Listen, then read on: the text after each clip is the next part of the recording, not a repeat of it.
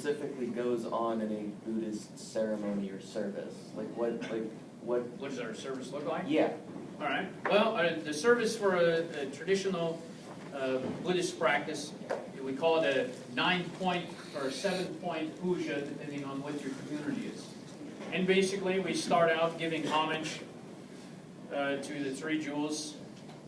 Then we go into refuge prayers, which is our way of relating to the teachings, the founder, and the community. Refuge is very, very important for us. So it's all about prayer in the beginning. Then we do an offertory practice where we make offerings in various forms: incense, lights, food.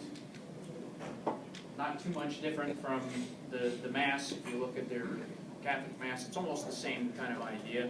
We have confessional periods, and then we do meditation. Then we have a reciting of sutra, which is our scriptures, and then some music, hymns, whatever, and then we close with more prayer. That's basically what it looks like. It's very well structured.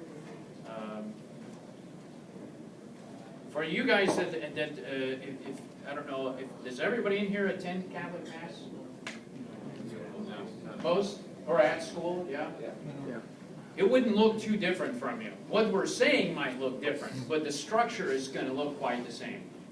We just stay on the floor seated all the time. We don't have to get up and I mean, some temples will make prostrations. I can take that. Generally, we just stay seated, but the structure would look quite the same.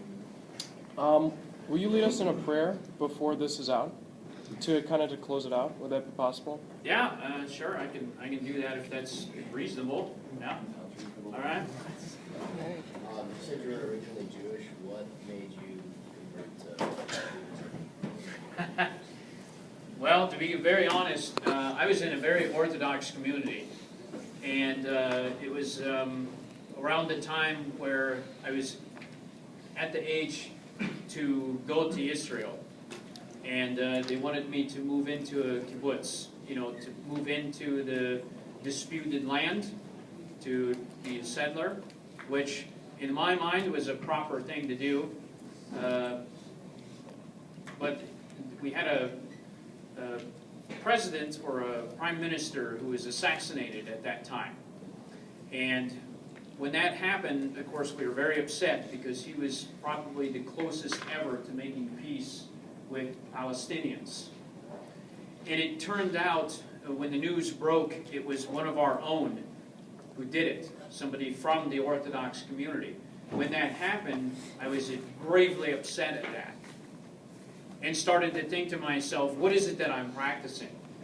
I mean, if our own, we the Orthodox, supposed to be upholding all of this, have gone and killed one of our own, what are we doing?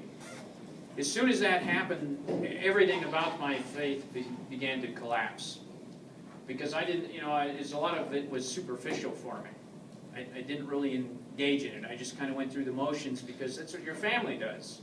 I didn't own the religion myself, so when time of hardship came, I didn't have anything to fall back on. And so then I spun out of control, questioning, and left the faith and became a horrible wreck until I found it.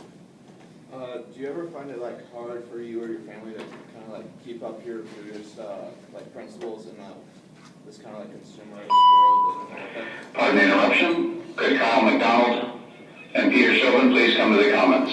Kyle McDonald, Peter Chauvin, please come to the comments.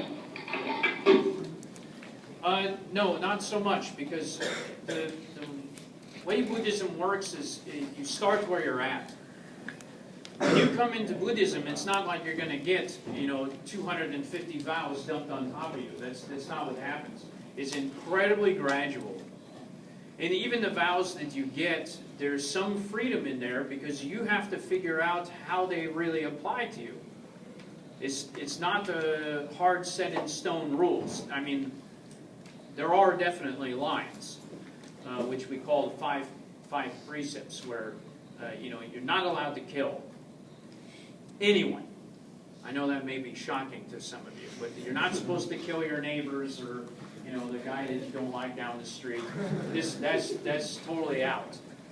You can't take what's not given, so, you know, no stealing, no lying, which is the next one, no sexual misconduct, and no alcohol or drugs.